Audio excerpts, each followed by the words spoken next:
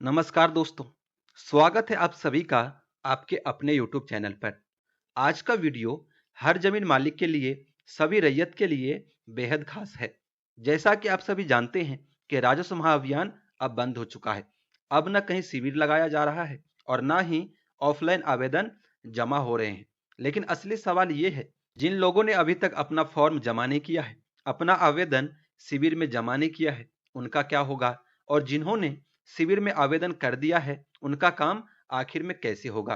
तो दोस्तों, इन सभी सवालों का जवाब आपको आज की इस वीडियो में मिलेगा और साथ ही मैं आपको वो बड़ी अपडेट भी बताऊंगा जो हाल ही में राजस्व विभाग की तरफ से बताया गया है। तो वीडियो को अंत तक जरूर देखिएगा, क्योंकि आखिर में मैं आपको एक ऐसी जानकारी दूंगा जो आपके लिए खुशखबरी साबित हो सकता है।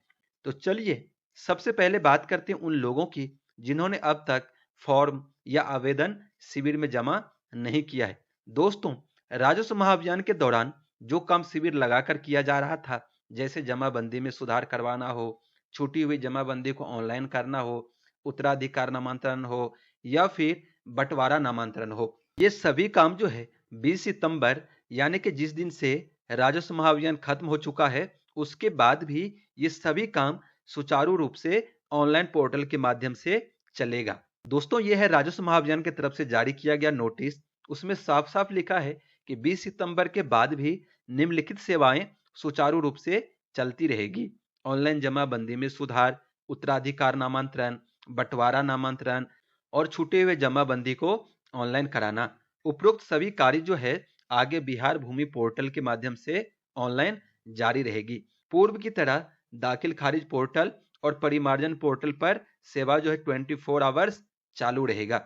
यानी अगर आप लेट हो गए हो तो टेंशन लेने की जरूरत बिल्कुल नहीं है। अब आपके पास सीधा ऑनलाइन करने का विकल्प मौजूद है। आप ऑनलाइन के माध्यम से आप अपना जो भी काम है वो करवा सकते हैं। अगर आपके जमाबंदी में कोई त्रुटि है, सुधार करवाना चाहते हैं, तो आप परिमार्जन प्लस पोर्टल के माध्यम से करवा सकते हैं।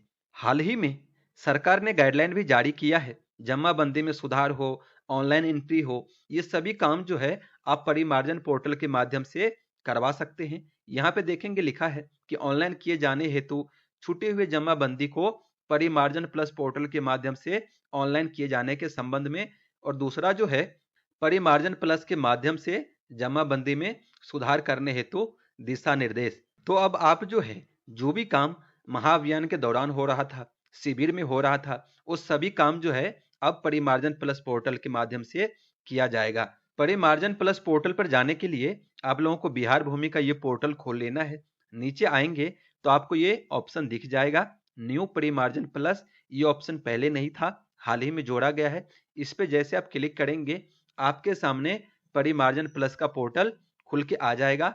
यहाँ पे आपको ऑप्शन दिख रहा है जमाबंदी में सुधार और छूटे हुए जमाबंदी को ऑनलाइन करने के लिए यहाँ पे दो ऑप्शन दिया हुआ है। ऑनलाइन आवेदन कैसे करना है, इसका स्टेप बाय स्टेप वीडियो हमने पहले ही बनाया हुआ है। अगर आपने अभी तक वो वीडियो नहीं देखा है तो आप हमारे चैनल पर जाकर वो वाला वीडियो देख सकते हैं। और आपको जमाबंदी में सुधार करवाना हो या छूटे हुए जमाबंदी को ऑनलाइन करवाना हो, आसानी से आप अपना आवेदन कर सकते हैं। अब आते हैं उस सवाल पर जिसका इंतजार सबसे ज्यादा लोग कर रहे हैं। जो लोग पहले ही शिविर में जाकर अपना आवेदन जमा कर चुके हैं, अपना फॉर्म जमा कर चुके हैं, उनका आगे क्या होगा? दोस्तों, हाल ही में मेरी बात कुछ राजस्व कर्मचारियों और अधिकारियों से हुई है। उनका कहना है कि अभियान के दौरान जितने भी आवेदन आए हैं, इस अभियान के दौरान लगभग 44,95,887 आवेदन आए हुए हैं। तो अब चौथे चरण में उन सभी आवेदनों को पहले जिला वाइज, तहसील वाइज, हल्का वाइज, फिर डेट वाइज और कौन से काम का कौन सा फॉर्म है, उस तरीके से सभी फॉर्मों को अलग अलग किया जाएगा। सभी फॉर्मों को छांटने के बाद हर आवेदन का एक अलग फोल्डर तैयार किया जाएगा। यह फोल्डर जो है अंचल अधिकारी की निगरानी में तैयार होगा और फिर उसे अंचल अधिकारी के आधुनिक अभिलेखागार में यानी कि गैल्वेनाइज्ड बॉक्स में सुरक्षित रखा जाएगा। यहाँ पे देखेंगे राजस्व विभाग की तरफ से जो अपडेट आया है, शिविर में प्राप्त आवेदनों का संधारण किया जाएगा। सभी आवेदनों का पहले जो उसको डेट वाइज, हल्का वाइज छांटा जाएगा। उसके बाद उसका एक फोल्डर बनाया जाएगा। जो तैयार फोल्डर होगा वो अंचल अधिकारी, शिविर प्रभारी द्वारा तैयार किए गए फोल्डर को अंचल कार्यालय आधुनिक अभिलेखागार में किसी गाल्वानाइज्ड बॉक्स में संधारित किया जाएगा और उसको वहां पर सुरक्षित रख दिया जाएगा। लेकिन दोस्तों, यहाँ पर एक महत्वपूर्ण काम और होगा। सभी फॉर्म को स्कैन किया जाएगा और उसे राजस्व महाअभियान पोर्टल पर अपलोड किया जाएगा। यानी आपका आवेदन न तो खोएगा और न ही गायब होगा, बल्कि उसकी डिजिटल कॉपी भी सुरक्षित रहेगी। अब बहुत से लोग ये पूछ रहे हैं कि काम कब तक पूरा होगा।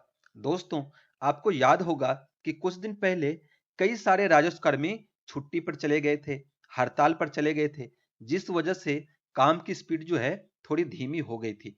लेकिन अब सभी कर्मी वापस आ चुके हैं और काम में तेजी आ गया है। हर दिन सैकड़ों आवेदन स्कैन होकर अलग अलग जिला का, अलग अलग हलका का तैयार किया जा रहा है। यहाँ पर देखेंगे, राजस्व महाअभियान की तरफ से नोटिस जारी किया गया है। उसमें बताया गया है कि बर्खास्त संविदा कर्मियों में अब तक 3625 हुए पुनर्बहाल और 3069 जो है अपील अभी भी उस पर कार्रवाई जारी है। तो दोस्तों, अब बहुत सारे राजस्व कर्मी जो है अपने काम पर लौट चुके हैं। काम जो है बहुत तेजी से किया जा रहा है। आने वाले समय में आप अपने आवेदन का स्टेटस खुद ही राजस्व महाअभियान के इस वाले पोर्टल पर आकर चेक कर पाएंगे। जी हाँ, राजस्व महाअभियान पोर्टल पर आपको एक नया फीचर मिलेगा। फिलहाल ये सेवा एक्टिव नहीं है, लेकिन जल्द ही शुरू हो सकती है। उसके बाद आप घर बैठे अपने मोबाइल से, अपने कंप्यूटर से अपने आवेदन का स्थिति चेक कर पाएंगे। आपका आवेदन किस स्टेज पर है, काम पूरा हुआ या नहीं हुआ, आगे की स्थिति क्या है, ये सब कुछ हो सकता है तो आपको इस पोर्टल पर देखने को मिल जाएगा। तो दोस्तों, अब साफ है कि जिनका फॉर्म जमा नहीं हुआ है वो तुरंत ऑनलाइन पोर्टल के माध्यम से अपना आवेदन कर सकते हैं और जिन्होंने शिविर में जमा कर दिया है उनका फॉर्म पूरी तरह सुरक्षित है और धीरे धीरे डिजिटल पोर्टल पर अपलोड हो रहा है और उस पर काम चल रहा है। लेकिन सबसे बड़ा सवाल यह है कि जब स्टेटस चेक करने की सुविधा एक्टिव होगी तो क्या उसमें सिर्फ आवेदन की स्थिति दिखाई जाएगी या फिर आपकी जमीन से जुड़ी हर अपडेट जानकारी भी साथ में जुड़ जाएगी।